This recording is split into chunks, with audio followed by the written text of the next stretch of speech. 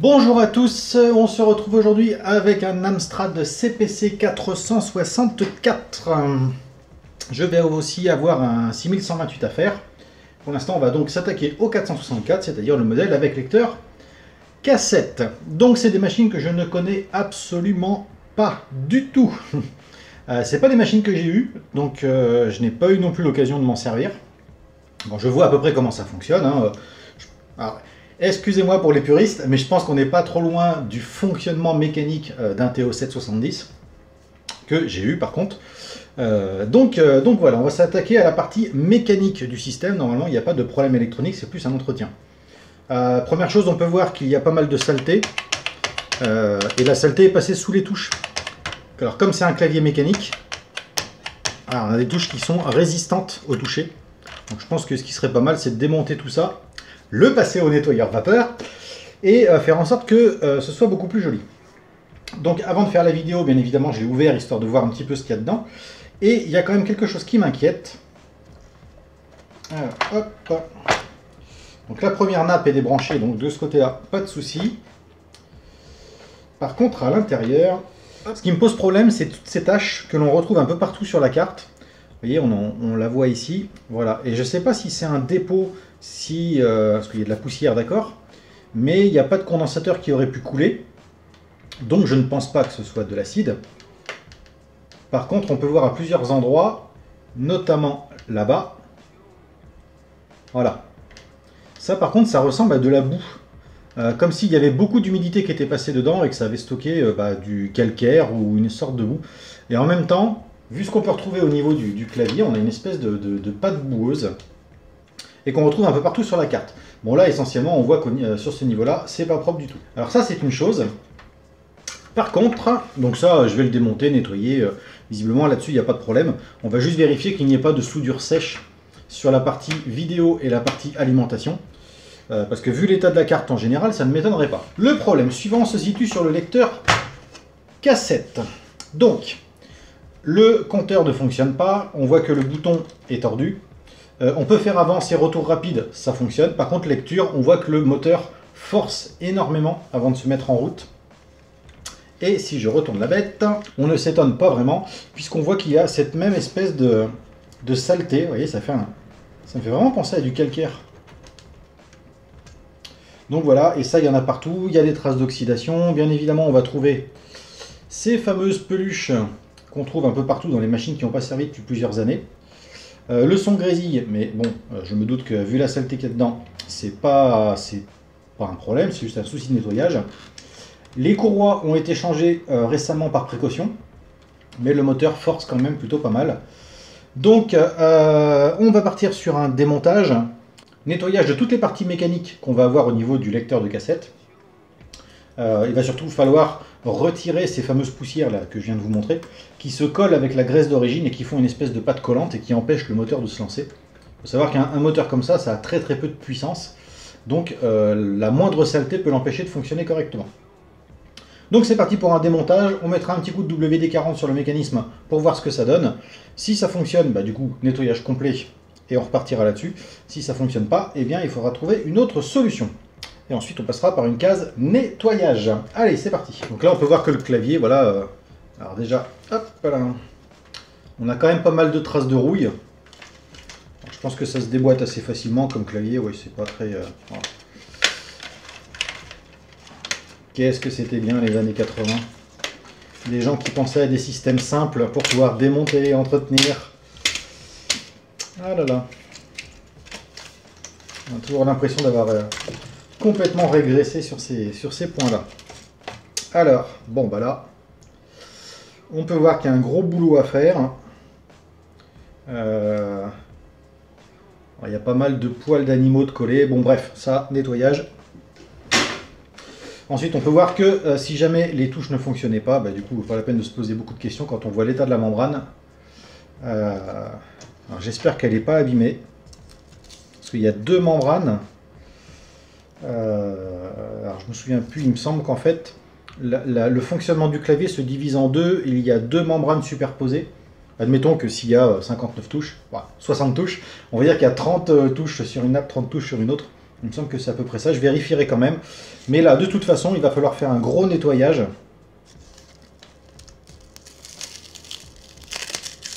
Ah, ça croustille. Ah, je pourrais faire de la l'ASMR là. Tiens, je vais le faire d'ailleurs.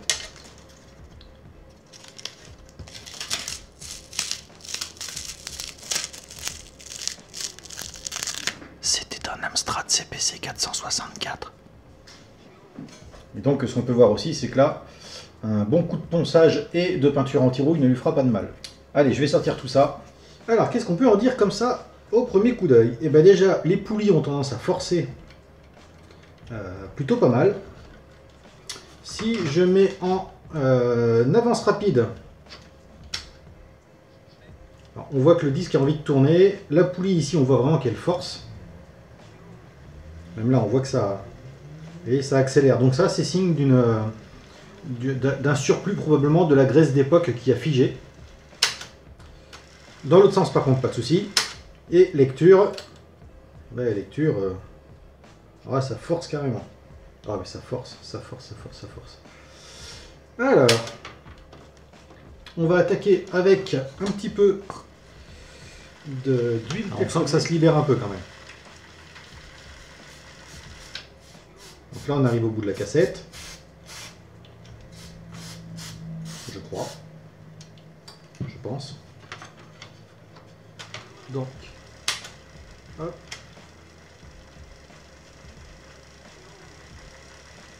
Et dans le sens, maintenant, ça marche déjà beaucoup.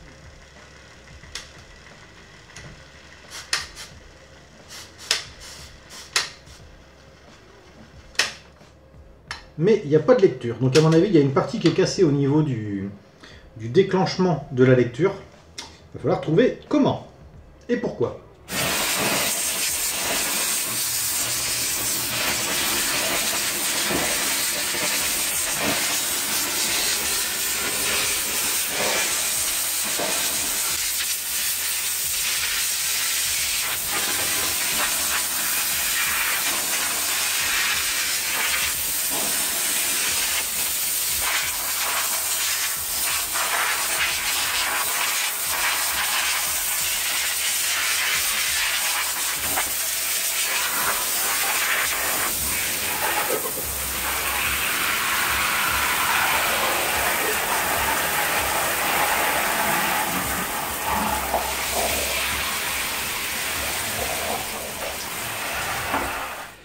Bien, maintenant que la plasturgie est propre, on va s'attaquer à la partie électronique. Donc on a pu voir qu'il y a un dépôt qui est très important. Je ne sais absolument pas ce que c'est. On voit que ça saute assez facilement. Alors je n'ai aucune idée de ce que ça peut être. Ça colle pas. On dirait de la boue en fait. Donc ça va se nettoyer très facilement. Ensuite, il y avait un problème de haut-parleur. Bon, ben, on peut voir que le haut-parleur, il n'est pas au mieux de sa forme. Déjà, il a perdu sa petite collerette qui normalement est tout autour. On va essayer de le sauver, mais là, je ne garantis rien. Après, ça c'est tout à fait standard, hein. Ça se remplace. Il n'y aura pas écrit Amstrad dessus, mais ça se remplace. Au niveau du potentiomètre, donc lui, je l'ai blindé de contacts électriques. Donc là, maintenant, il ne force absolument plus, il est parfaitement souple. J'ai fait la même chose sur l'interrupteur qui maintenant pareil n'a plus de point de résistance. Donc on va pouvoir s'attaquer à ça. À mon avis,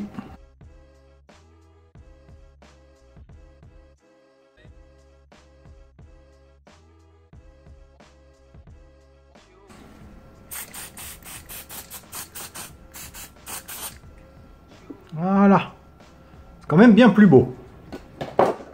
Ensuite, donc ça c'est bon, c'est de côté.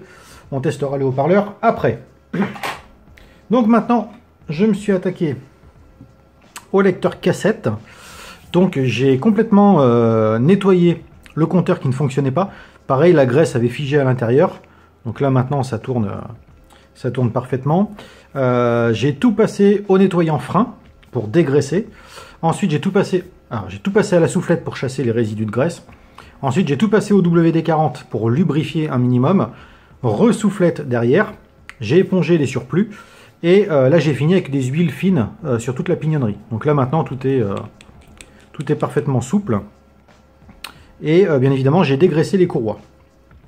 Évidemment on aurait pu passer vers les systèmes MP3 ou smartphone qui permettent de remplacer complètement les systèmes cassettes par un smartphone tout simplement.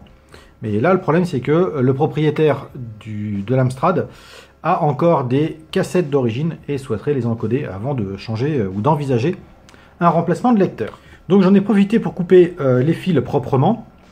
Et on va essayer de regainer tout ça pour que ce soit plus joli et moins à risque. Alors on va commencer par ce petit fil là. On va lui mettre un petit bout de gaine thermo ici. Voilà, histoire de fermer correctement la fin du fil. On va reprendre un autre bout plus petit qui va servir lui à fermer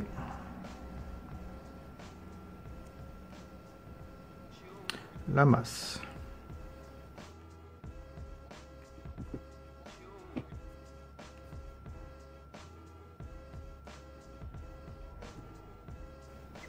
Tac. Un petit coup de décapeur. Et voilà, prêt à être ressoudé de manière un peu plus propre. Là. Maintenant, il faut ressouder tout ça sur la partie électronique qu'on vient de nettoyer. Bon, tout est ressoudé, tout a l'air de fonctionner. En tout cas, si je mets sous tension, j'ai bien lecture, avance rapide et retour rapide. Donc, on va s'attaquer maintenant à l'autre partie. Alors, celle-ci présente des grosses traces, pareil, hein, ces espèces de traces blanches. Donc, on va aller regarder dessous comment ça se présente. De toute façon, je démonte puisque je vais nettoyer le plastique après.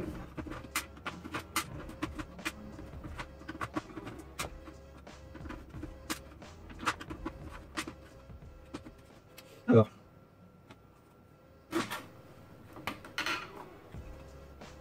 Bon, bah le dessous est propre.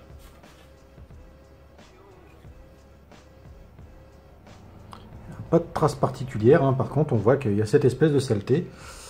Et ben, on va déjà repasser toutes les soudures pour être sûr et on nettoiera après. Histoire de ne pas risquer d'avoir le même problème que sur les Master System.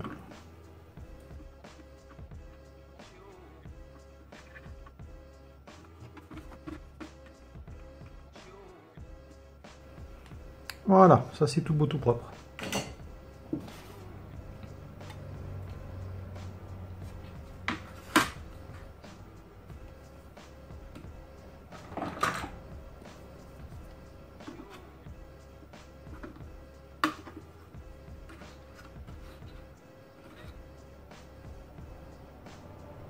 C'est pareil, on voit qu'il y a une pâte thermique, c'est une pièce qui doit chauffer, puisqu'on a cette fameuse pâte.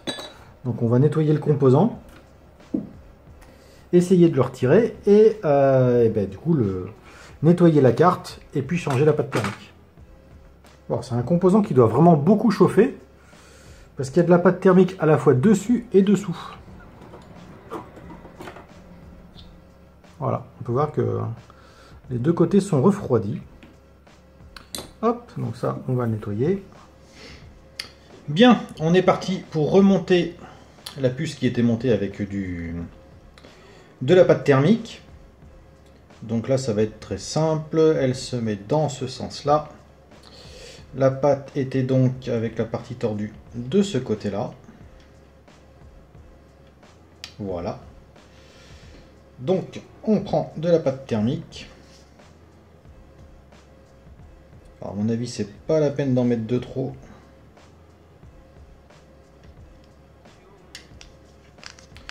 C'est pas non plus un vieux Pentium 4.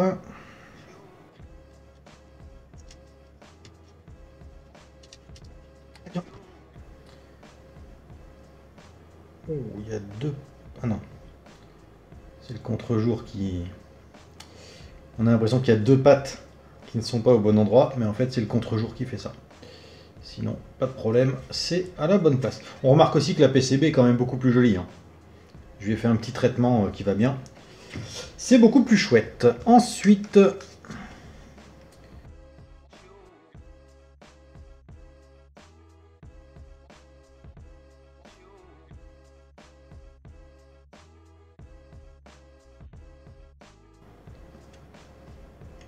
Tac.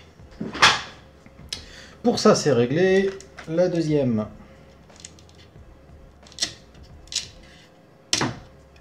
Tac. Ça, c'est bon.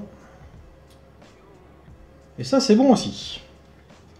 Donc, pour ce qui est de la PCB, ça y est. Pareil, j'ai bien nettoyé les prises. On voit qu'il n'y a plus de traces de saleté. Les soudures ont été repassées. De ce côté-là, pas de souci non plus. Voilà. C'est plutôt propre. Donc, pour ça, on n'en parle plus. Alors, la prochaine partie, je ne vais pas la faire aujourd'hui. Alors, le clavier à nettoyer, bon, bah ça va être très simple à faire. Par contre, je vais être obligé d'aller dans mon autre atelier pour décaper ça et lui passer un petit coup d'anti-rouille. Parce que voilà, c'est vraiment... faut décaper ça, faut pas le laisser comme ça. Voilà, un bon gros coup de brosse métallique sur toute la plaque, un coup d'anti-rouille et ce sera parfait. Hop. Pour la nappe. Déjà en début de vidéo, j'ai dit des bêtises. Au niveau de la nappe, ce qui fait qu'il y a deux nappes, tout simplement. C'est un peu comme si on avait le plus ici, le moins là. Et quand on appuie, ça fait contact entre les deux pistes. Et donc, ça envoie l'information qui indique qu'on a appuyé sur la touche. Je ne sais pas si c'est très clair ce que je viens de dire, mais c'est tout ce que j'ai à vous offrir. Alors, on va commencer par enlever ce gros tas de poussière.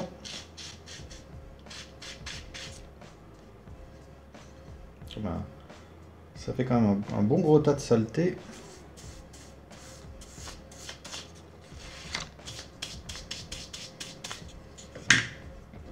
Ça fait quand même des belles... Ça n'a pas l'air, mais ça stocke quand même pas mal de déchets. Donc l'avantage, c'est qu'avec un clavier rustique comme celui-ci, même s'il y a beaucoup de poussière, ça va absolument pas poser de problème.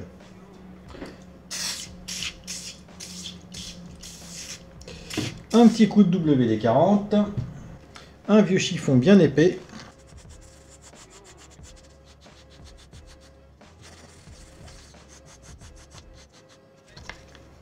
Et voilà, ça c'est fait, on n'en parle plus. On revient maintenant sur le lecteur de cassette.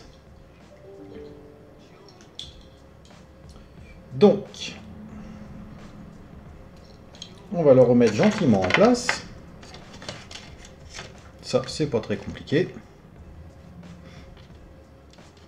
Le fil du moteur passe ici, on va le laisser là. Ça viendra se rabattre par-dessus, donc pas de souci.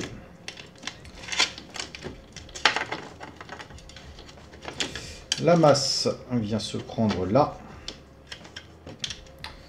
Voilà. On va surélever un petit peu pour pouvoir visser sans problème.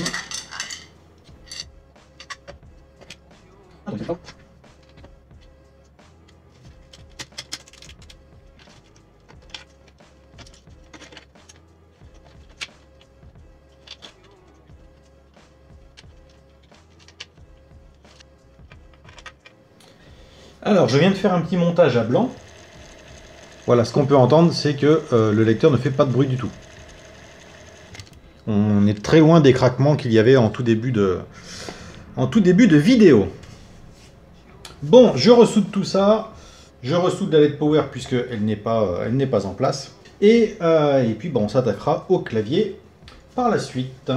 On s'attaque maintenant au clavier.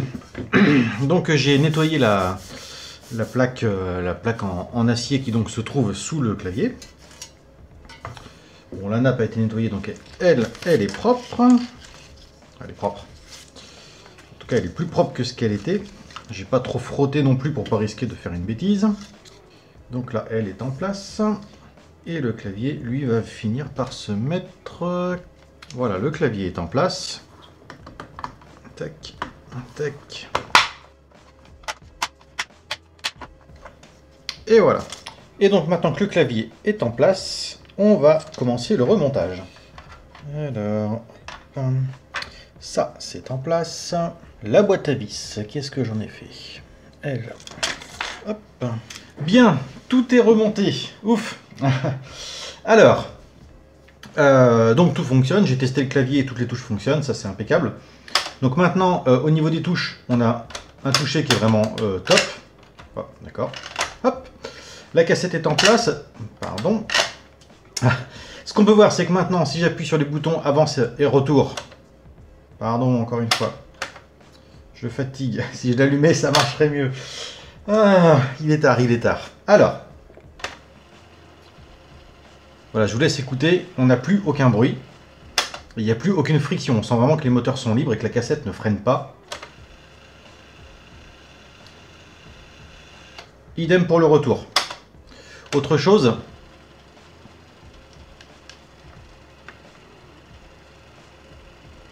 j'ai démonté l'intégralité du compteur, donc qui était là. Malheureusement, le petit levier qui permet de faire la remise à zéro est cassé. Donc pour la remise à zéro, il faudra retirer la cassette et emmener le compteur complètement à sa base avant de relancer une cassette. Voilà, mais par contre du coup il fonctionne. J'ai repoli aussi le plastique qui sert de loupe, puisqu'il était très abîmé. Donc avec une policheuse et un peu de polish, ça s'est remis en place tout seul. Ensuite je me posais une question au niveau du démarrage, puisque si on fait play, la cassette ne se lance pas.